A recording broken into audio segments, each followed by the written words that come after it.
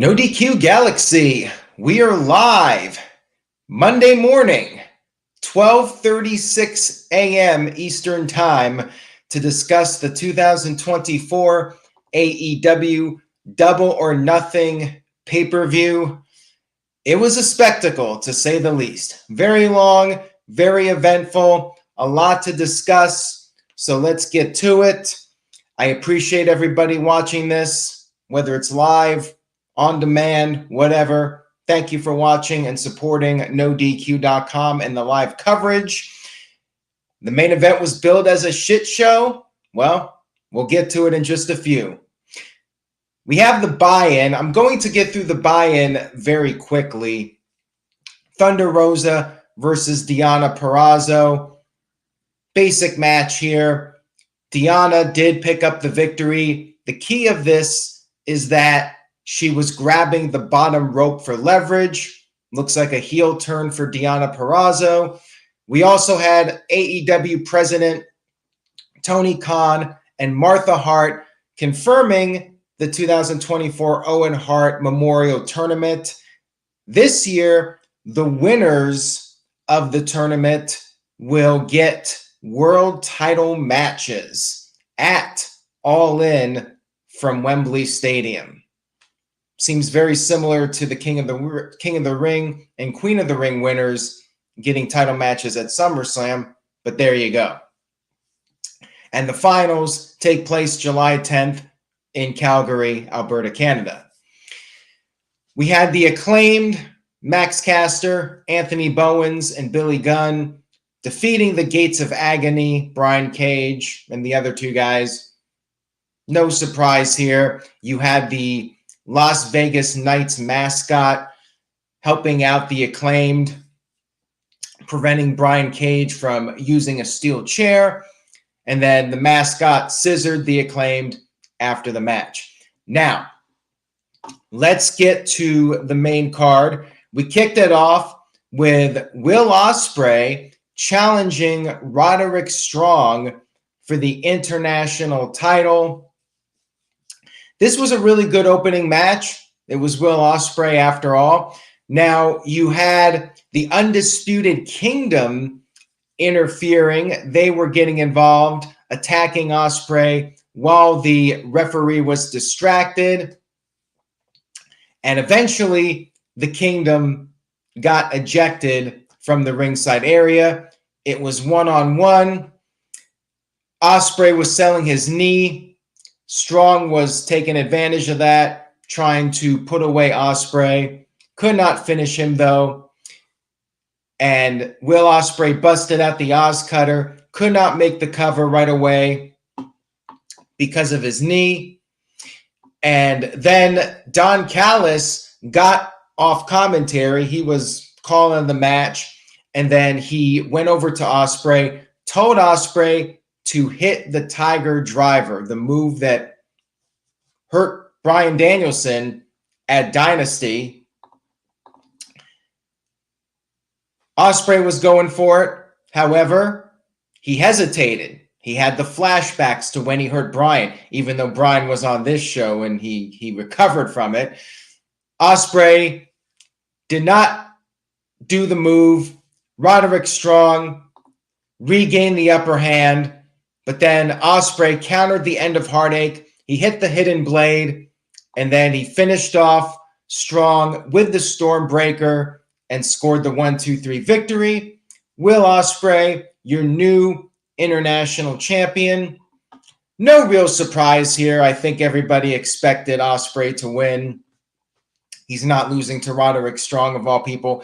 Very good opening match.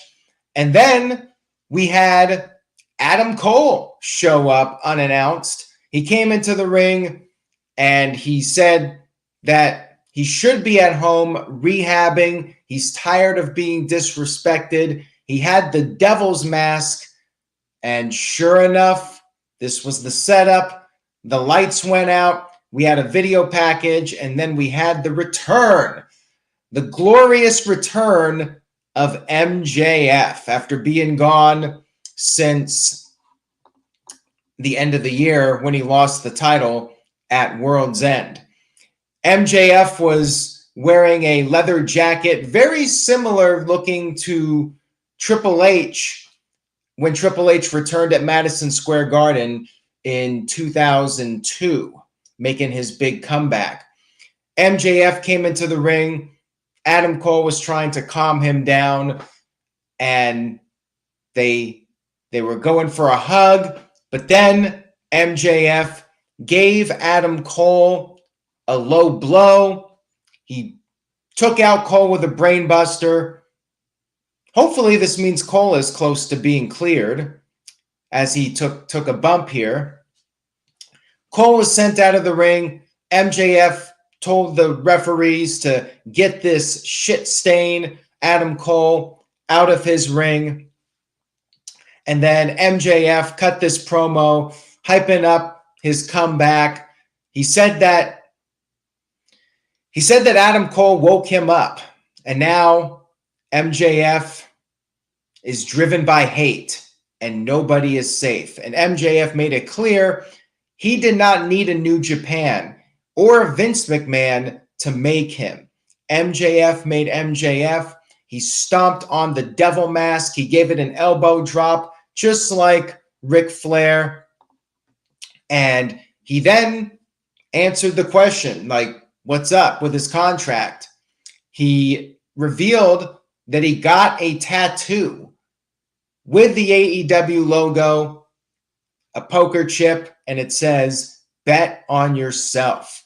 And MJF said he's not fucking leaving. I just dropped an F-bomb. That's how tired I am. And that's what he said. I'm just recapping what he said. This is a recap. MJF's back. He got a massive pop.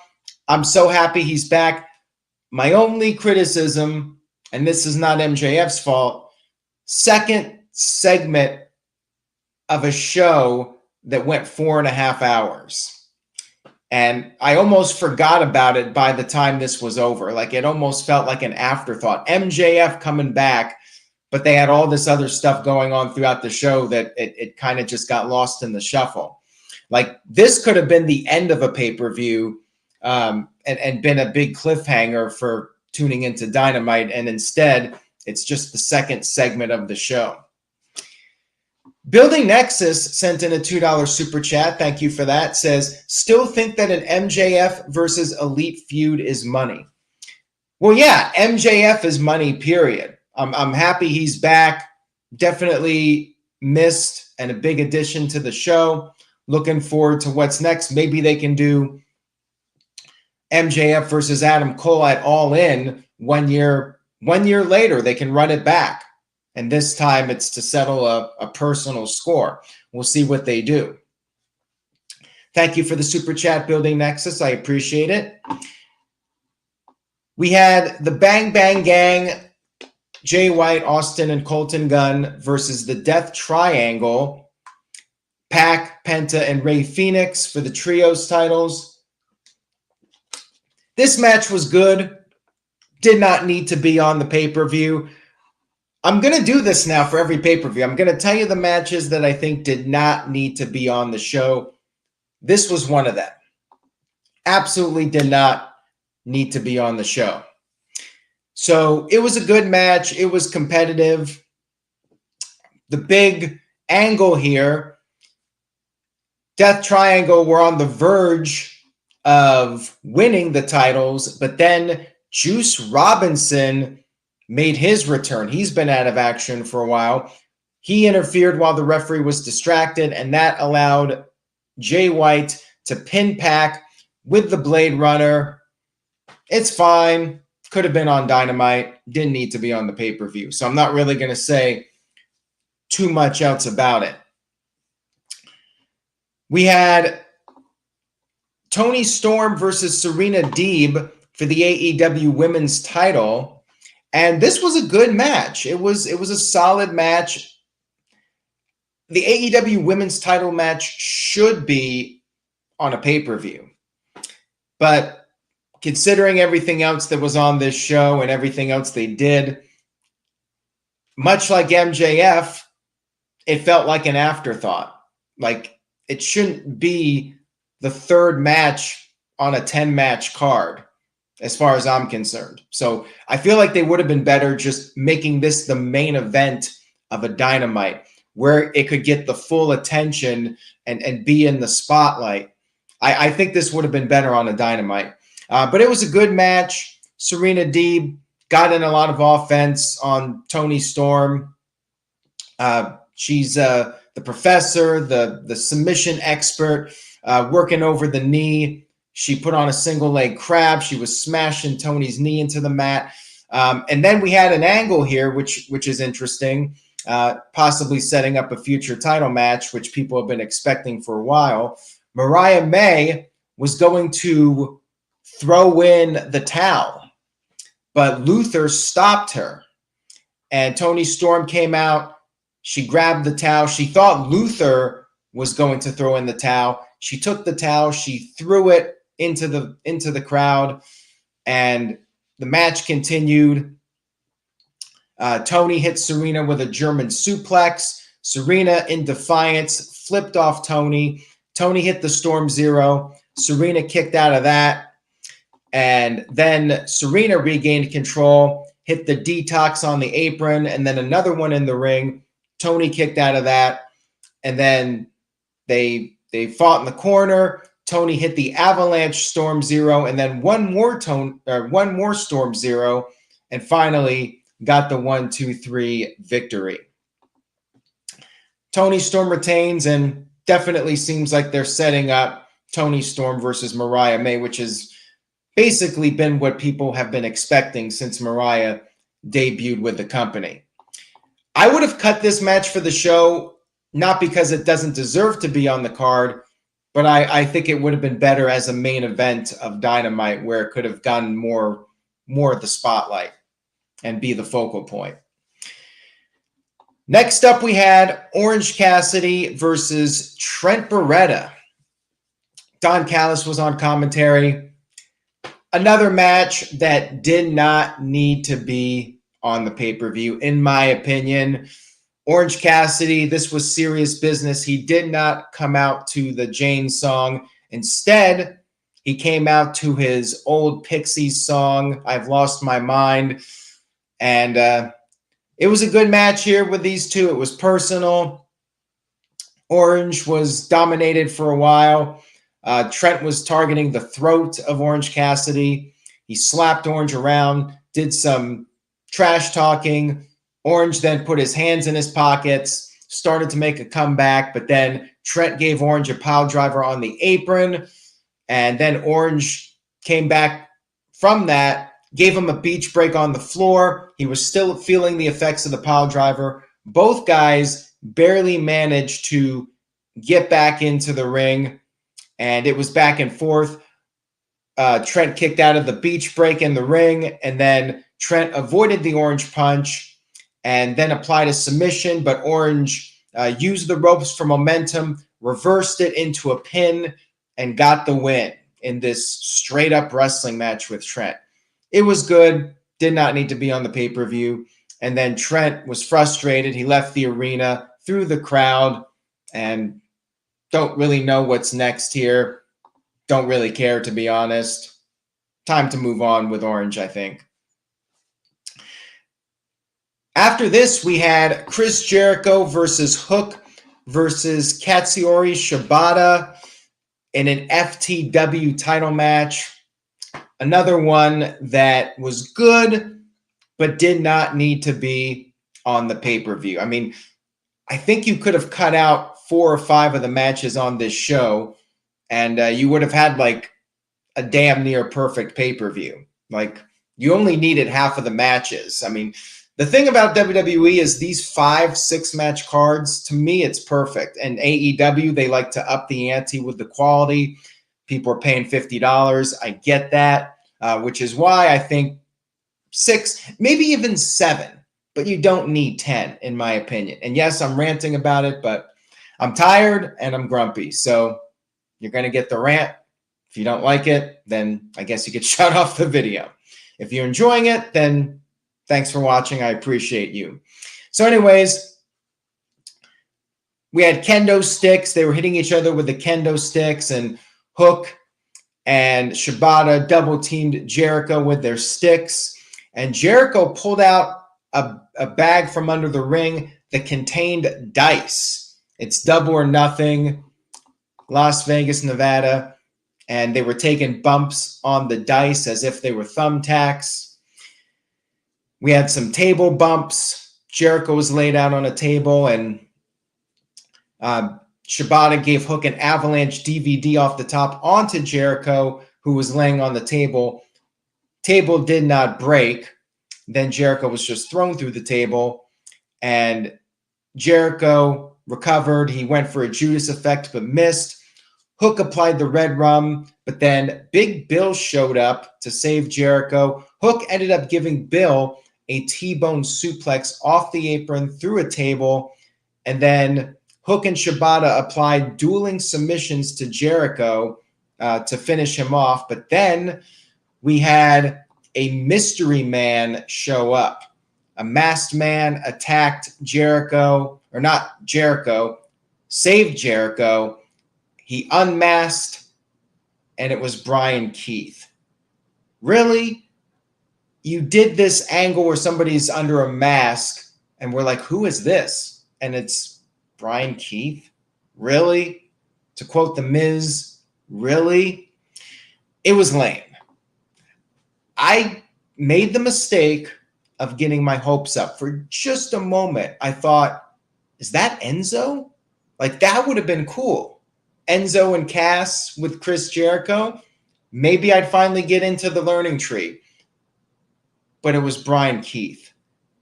What a letdown. Bryan Keith is now Jericho's new lapdog. I do not care. I am not interested in this. Jericho won, of course. This could have been on Rampage. Put it on Rampage. I don't even need it on Dynamite. Give me a break. This was probably the low point of the show. And it wasn't even a bad match. It was just ridiculous. Next up, we had Jon Moxley versus Konosuke Takeshita in an IWGP title eliminator match, meaning that if Takeshita won, he would get a future shot at the IWGP title. But first, Moxley has to face, I think, Evil in New Japan in a couple weeks, and then Takeshita would get his match. Whatever. This was a good match. I would say this was a really good match, but I don't care about an eliminator match on a pay-per-view.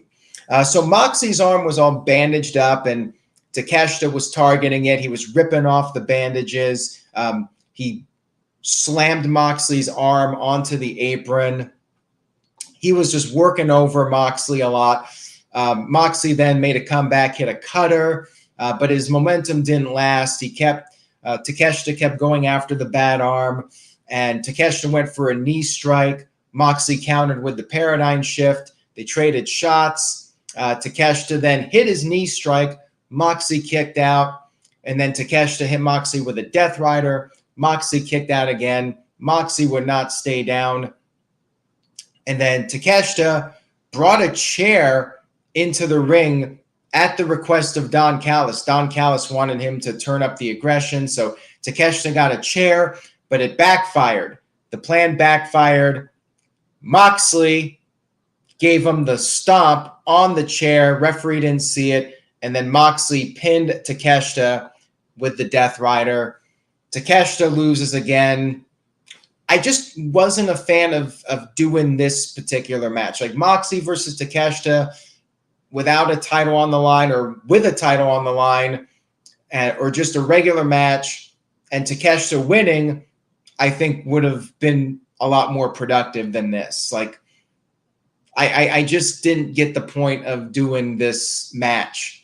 Like, it didn't help Takeshita at all. I guess maybe Takeshita is going to turn against Callis at some point. But, yeah, clearly it's all political, with the IWGP title being on the show. And it's New Japan calls the shots here. It just didn't work for me. Like, the match was good, but I don't think they should have done this match on this show, in my opinion. So the show started strong, and I think Double or Nothing, the middle of it was kind of okay, like a lot of matches that didn't need to be on the show. And then things picked up. So we got to Adam Copeland versus Malakai Black, barbed wire steel cage match. And this was wild. This was insane. Copeland came out there to a song by Slayer. He had fire pyro, and the Brood was on the big screen. And we had barbed wire on top of the cage, tables and chairs in the ring. And as you would expect, there was a lot of blood. I mean, pretty much instantly, Malakai Black went into the barbed wire. He was busted open. Copeland got busted open. We had a barbed wire baseball bat that was used. Both guys used it. Tables and chairs were in the ring. Malakai Black gave Copeland a power bomb through a table. Copeland kicked out of that. Copeland avoided a black mass, hit a spear. Black kicked out of that. And then Copeland put Black on a table, took some barbed wire, and tied him up so he couldn't escape the table. Copeland climbed up to the top, and then Copeland jumped off the top of the cage with a flying elbow and basically landed on his feet while doing this flying elbow. First thing I thought, if you guys go back to Halloween Havoc 1997, when Randy Savage jumped off the top of the cage and he hurt his knee. He like basically effed up his knee so bad that eventually he needed to take time off. Adam Copeland's what, 50 years old? Like that had to have destroyed his knees. Like that was crazy, man. Like I couldn't believe he did that. Like, what do you have to prove at this point?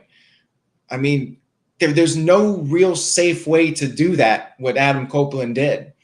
So it was crazy, batshit crazy, I should say. Crowd loved it, of course, chanting AEW. Malakai Black somehow recovered from this. This was not the finish. This was not the finish, folks. Copeland got hit with the black mass, and then Black like took a piece of the table leg and tried to like stab Copeland with it, but missed. And then he kicked Copeland into the cage door, which opened up. Copeland went to the outside. And then we had Buddy Matthews and Brody King show up. They acted like they were going to turn against Black, but then they helped Black, so it was a swerve. And then all three of them were in the ring with Copeland. They took the barbed wire and they wrapped it around Copeland's head like he's Jesus, and they took his arms out, so it was like Jesus Christ. But then lights went out, they turned red, and Gangrel showed up from under the ring. Gangrel helped out. He took out Matthews and Brody King, but then Malakai Black, he kicked Gangrel with the black mass, but then Copeland took advantage. He speared Black. He applied the crossface, and he took the barbed wire, used it for leverage, and the referee checked on Black and stopped the match. Adam Copeland defeats Malakai Black in a match that really should have been the main event of a pay-per-view. Yet there were 3 matches after this. I mean, that's insane. The amount of stuff they did in this match, and it wasn't even the main event. It wasn't the second to last match. It wasn't the third to last match. I mean, this is excessive. I appreciate that Tony Khan wants us to get our money's worth, but I mean, this was a bit much. And then there was just so much more to come as this show continued. So it was a spectacle, an absolute spectacle. I don't know how I feel about Copeland doing the jump off the top of the cage. He may regret that later in life. I don't know, but I mean that was a little too much, I think. And D. Martin V sent in a $5 super chat. Thank you for that. I appreciate it. Did Copeland license South of Heaven like he did for his WrestleMania 39 entrance? That I don't know. That would be a question to ask Tony Khan or Adam Copeland. I mean, I'm sure they licensed the music for the shows. And, you know, just something as a one-off, and more on the licensing in just a few minutes. You know, they tend to not license a lot of music, especially if it's very expensive. But for a one-off, you know, they'll do it. And this is a big pay-per-view, and I guess they decided to do it. We had Willow Nightingale versus Mercedes Mone in her AEW in-ring debut 2 months after making her first television appearance. And she did great. Mercedes Mone, she showed everybody why she's in the spot she's in and why she's getting paid what she gets paid. She is a superstar, and she's actually a hell of a wrestler. Her promos, they are what they are, but when the bell rings, she can go, and she has that star power. And I mean, she got one of the best reactions of anybody on the show. I mean, she did get some boos, but a lot of cheers too, and the crowd was very loud for this match. She had drummers and Las Vegas showgirls for her entrance. We had dueling chants for both of them. Crowd loved Willow, of course. And it was a very back and forth competitive match. Willow was chasing Mercedes using her experience to trick Willow. And then Willow got the upper hand for a while. Mercedes made a comeback. She was targeting Willow's ankle. She had a backstabber. Willow kicked out of that. And then Willow came back with a pounce, could not make the cover. And then Willow hit a spine buster. Mercedes kicked out of that. Mercedes then got the upper hand again, power bombed Willow out of the corner.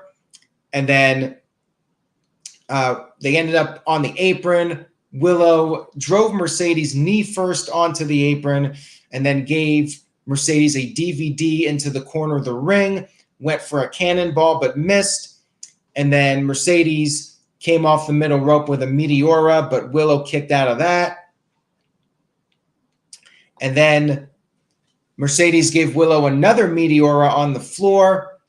And Chris Statlander, Stokely Hathaway were out there. Mercedes shoved Chris down. Chris then responded by getting on the apron. Willow Nightingale hit the doctor bomb, but the referee was distracted with Chris Statlander on the apron. And then Mercedes countered another doctor bomb attempt, applied a crossface, transitioned into an STF. Willow got to the rope. And then Mercedes finally got the win with the money maker, the Monet maker, and won the title. No surprise here, but I thought it was a really good match. Crowd was hot for this. And then we had another angle, which I think was maybe not the right time. So we had Chris Statlander in the ring checking on Willow. Stokely Hathaway was pissed that Willow lost.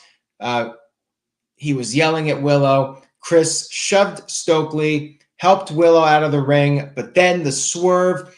Chris Statlander attacked Willow, left her laying, and then before we could even really digest what happened here, they cut to the video package for the next match. It's like they should have saved the angle for Dynamite. Like, why do it here when you're just going to go to your next video package and then you're going to do all this other crazy stuff and people are going to forget about it? Like, it got lost in the shuffle. A 4.5 hour show with a million things happening. I would have saved this for Dynamite. Like, they just crammed so much into this pay-per-view. and it's too much. There's like a level where it's too much, and they went way overboard on this show. I would have saved this for Dynamite, done the angle on that show. Next up, we had Swerve Strickland versus Christian Cage for the world title. They did the feeling out process in the beginning, which means we're getting a very long match here. Unnecessarily long match, but hey, it's the world title, so it's got to be a 25-minute match, right? Swerve had the early momentum, but then he missed a dive to the outside. He crashed into the barricade. Christian took control for a while, and Nick Wayne was out there. He was taking cheap shots at Swerve while the referee wasn't looking. And then Swerve started to make a comeback, but then we had Mother Wayne grabbing the AEW title. Prince Nana took it away from her, but then the referee turned around and saw Nana with the title, and the referee kicked out Nana. Nana was ejected, and this allowed Christian's people, Kill Switch, Nick Wayne, to continue cheating, interfering during this match, taking shots at Swerve, but then they eventually got caught. They were ejected from the arena, and it was back and forth here with Swerve and Christian for several minutes. And then the steel steps were set up by Swerve on the outside of the ring. Christian was on the apron. Swerve charged at him, but missed, crashed into the steel steps, and then guess what? Referee was distracted again, and guess who came back? Nick Wayne. He gave Swerve a cutter on the floor, and then Nana showed up again.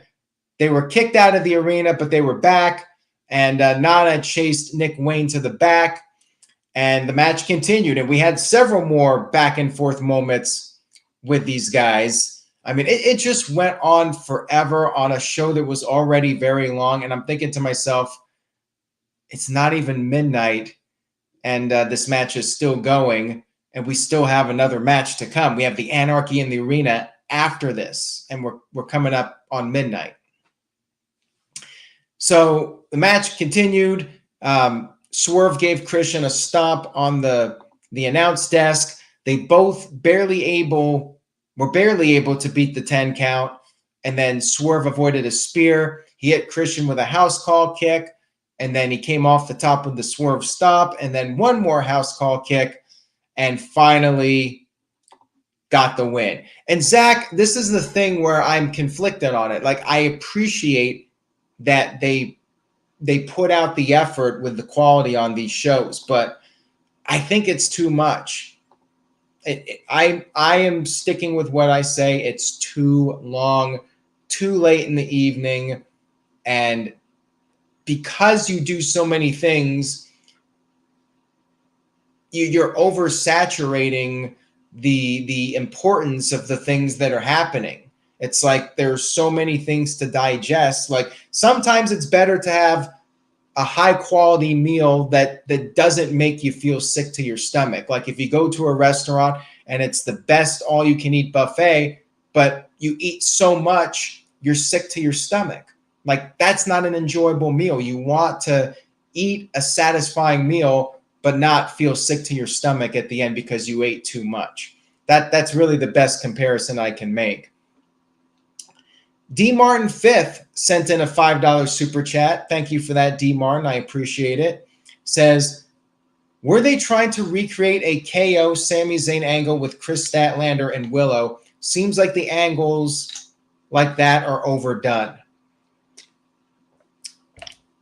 I'm not really sure if that was their inspiration, but I know people were speculating on Chris turning against Willow, like the seeds were already planted for that.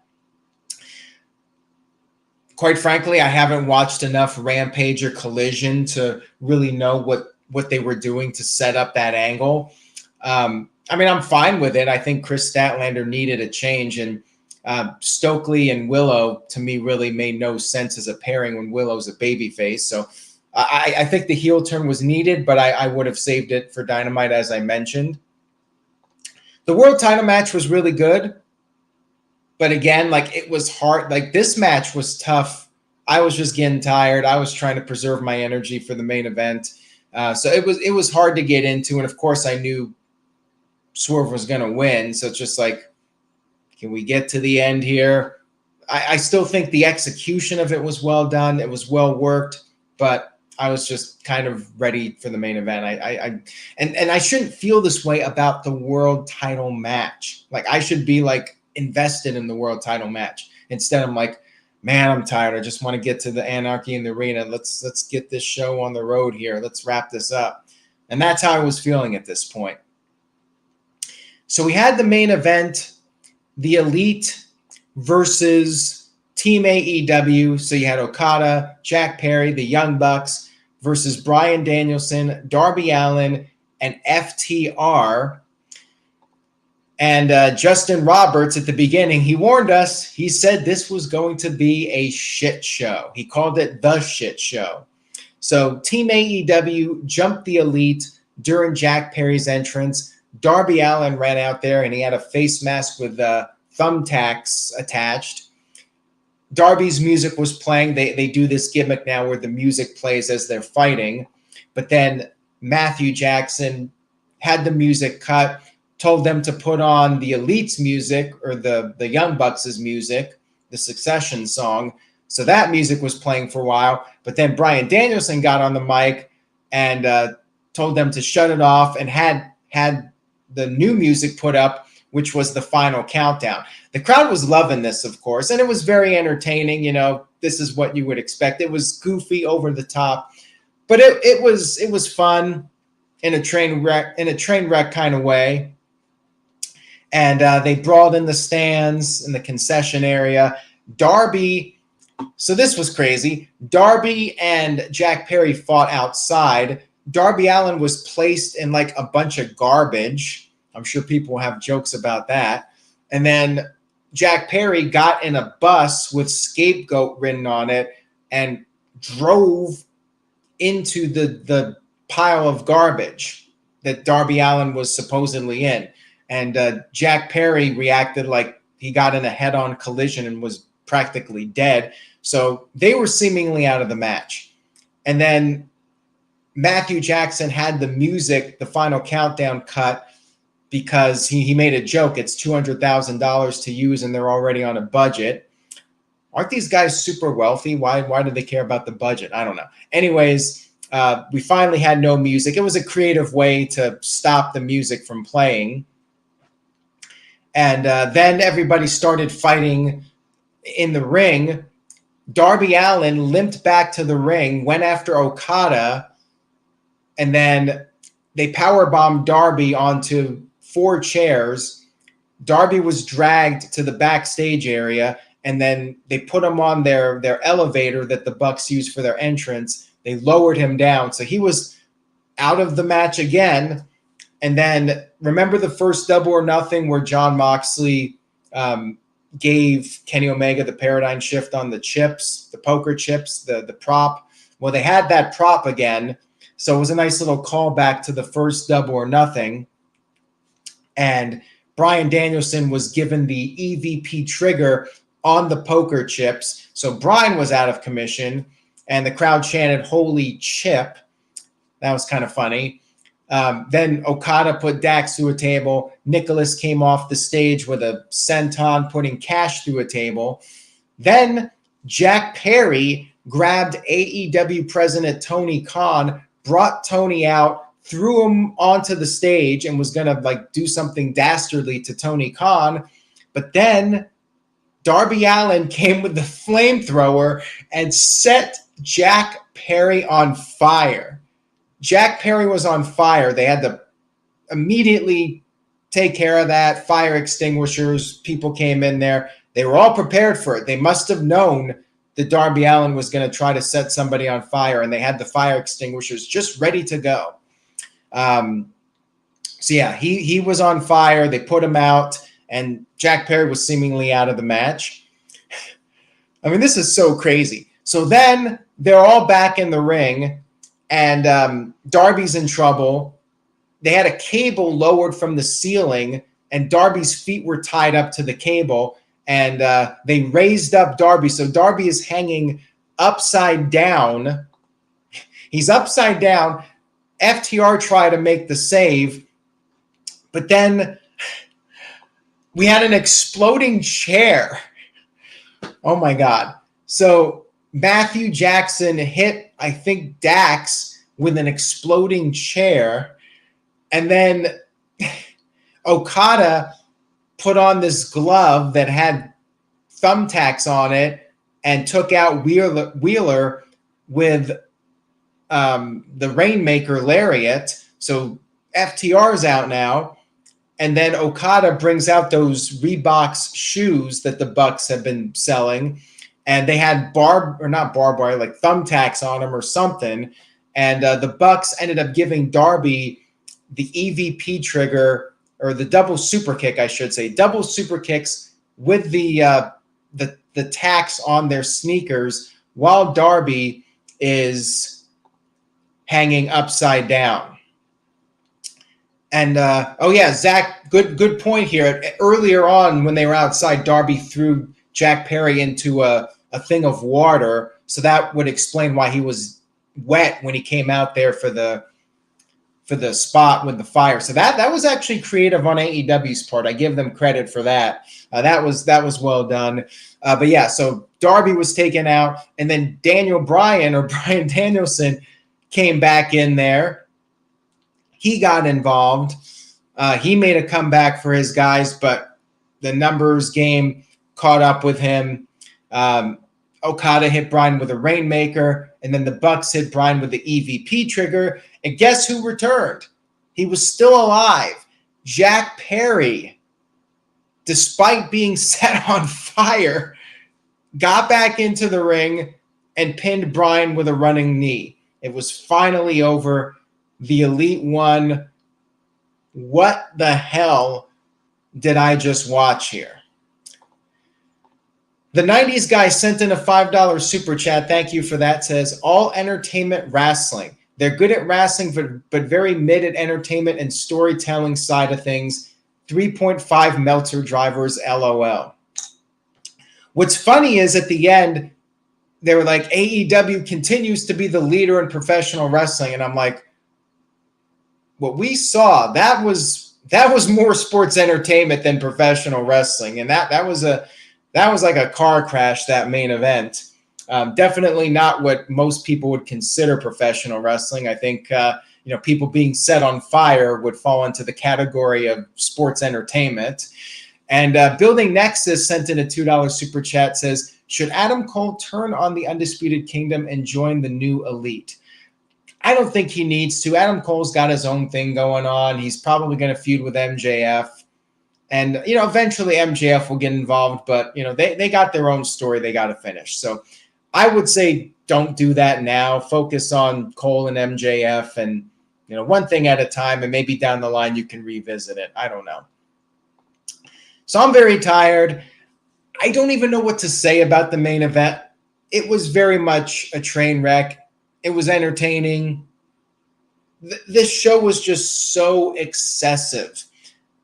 I don't want to knock the effort. A+ for the effort. These guys worked really hard, busted their asses. It was too much. Like, the quality of the show was really high, but it was too excessive. I'm going to give it a B+. I don't feel like I can give it any kind of an A letter grade because it was just too damn long. B+, 4.5 hours is too long, too much, and you just oversaturated your product here. And so many things happened. Like, I feel like these moments lose their impact when you have a million things happening in one night. It was just too much. $50, I get it. You want to give the fans your money's worth. 6-match card, maybe a 7-match card, maybe 3.5 hours. 3 to 3.5 hours. Start the show earlier. Give things time to breathe. I say this every time, but like 12:30, come on now. And I'm sure there will be people that are going to say, you're an old man, you're too old, go to bed. But I think it's a valid argument that it's too much. And I think a lot of people will say that it's too much.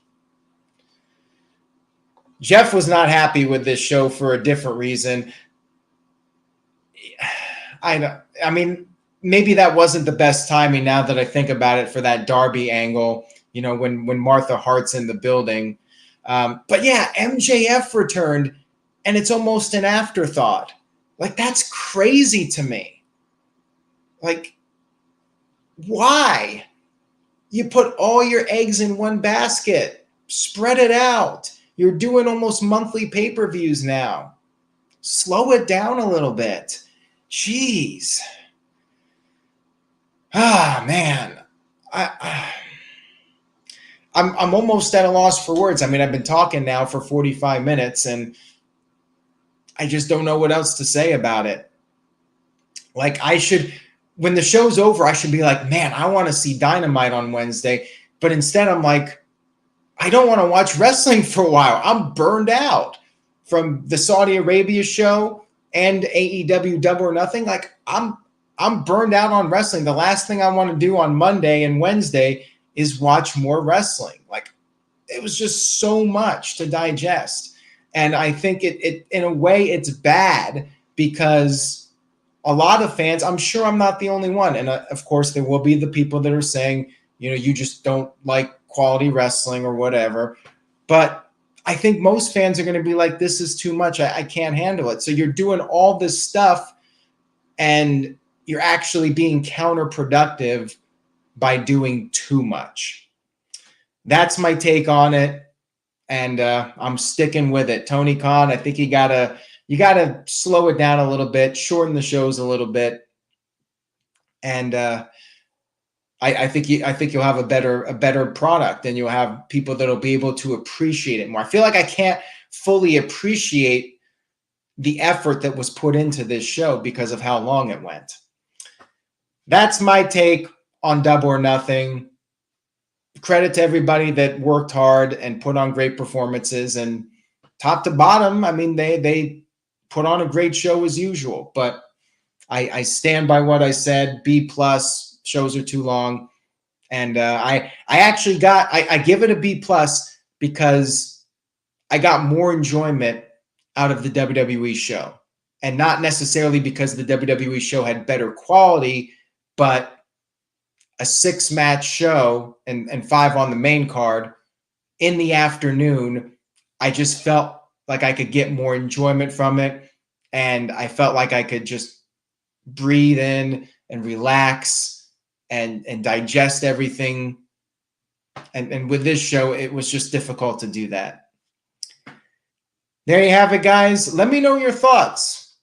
You agree with me? You disagree with me? Leave a comment on the YouTube channel. If you did enjoy the review, please feel free to give me a thumbs up on YouTube.